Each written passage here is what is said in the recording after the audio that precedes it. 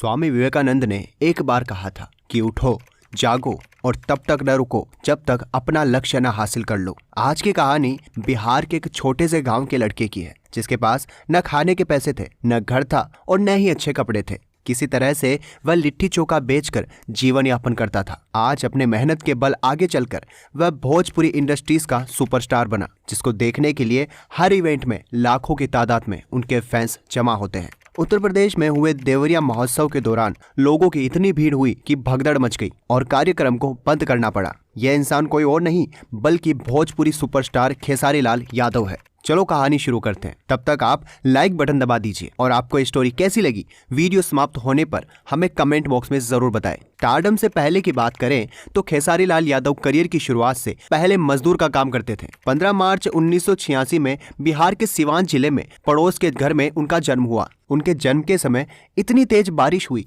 कि उस बारिश में उनका घर गिर गया, जिसकी वजह से उनकी मां को पड़ोस के घर ले जाया गया था, जहां पर खेसारी लाल यादव का जन्म हुआ। खेसारी आज भी अपने गरीबी के दिन याद करते हैं तो उनकी आंखों में आंसू आ जाते हैं। खेसारी बताते हैं कि उनके पिता दिन में चना बेचते थे और रात में एक कंपनी में गार्ड का काम करते थे। ऐसे में उनके पिता केवल सवेरे 6 से 9 बजे तक ही सो पाते थे। इस तरह से उनके पिता चना बेचकर रोज 150 से 200 रुपए कमाते थे। खेसारी बताते हैं कि वे बहुत छोटे ही थे, तभी उनकी मां पिताजी की मदद के लिए दिल्ली चली गई और वहीं रहने लगी। दिल्ली में उनके पिता ओखला में एक छोटी सी झोपड़ी में रहते थे। खेसारी बताते हैं कि बचपन में उनके सारे भाइयों के पास एक ही पेंट होता था, जो सबसे पहले खेसारी के बड़े भाई पहना करते थे। इसके बाद जब वह छोटा होने लगता तो वही छोटे भाई को दे दिया जाता और ऐसे ही पेंट ट्रांसफर होता रहता था। खेसारी बताते हैं कि किसी विशेष अवसर पर एक ही तरह के कपड़े से सबके लिए कपड़े सिलवाए जाते थे। वे याद करते हैं सातों भाइयों ने बड़े भाई की शादी में एक जैसे ही कपड़े पहने थे। फौज में उनकी सरकारी नौकरी भी लगी, लेकिन वो वहां से चले आए और दिल्ली में लिट्टी चोखा की दुकान खोली।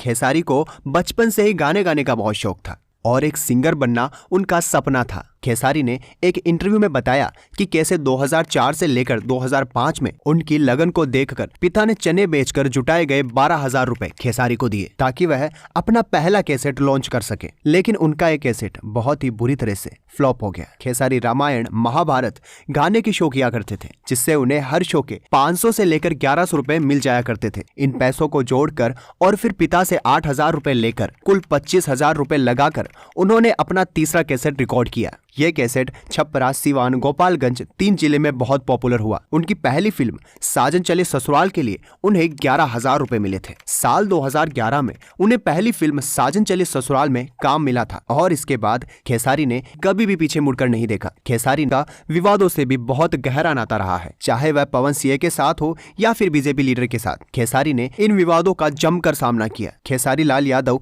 एक फिल्म के 40 से 50 लाख रुपए तक की फीस लेते हैं। यह फीस भोजपुरी फिल्म इंडस्ट्री में किसी भी अभिनेता द्वारा ली जाने वाली राशि से सबसे ज्यादा है। फिल्मों और म्यूजिक वीडियोस के साथ साथ खेसारी लाल यादव स्टेज शोज के लिए भी काफी डिमांडिंग हो गए हैं। देश भर में कई शोज कर चुके खेसारी दुबई समेत दुनिया के कई देशों में शोज कर चुके हैं। बताया जाता है कि खेसारी लाल यादव एक स्टेज शो के लिए 30 से 40 लाख रुपए तक चार्ज करते हैं। आज की कहानी हमें इस शिक्षा देती है कि उठो, जागो और तब तक ना रुको जब तक अपना लक्ष्य हासिल ना कर लो।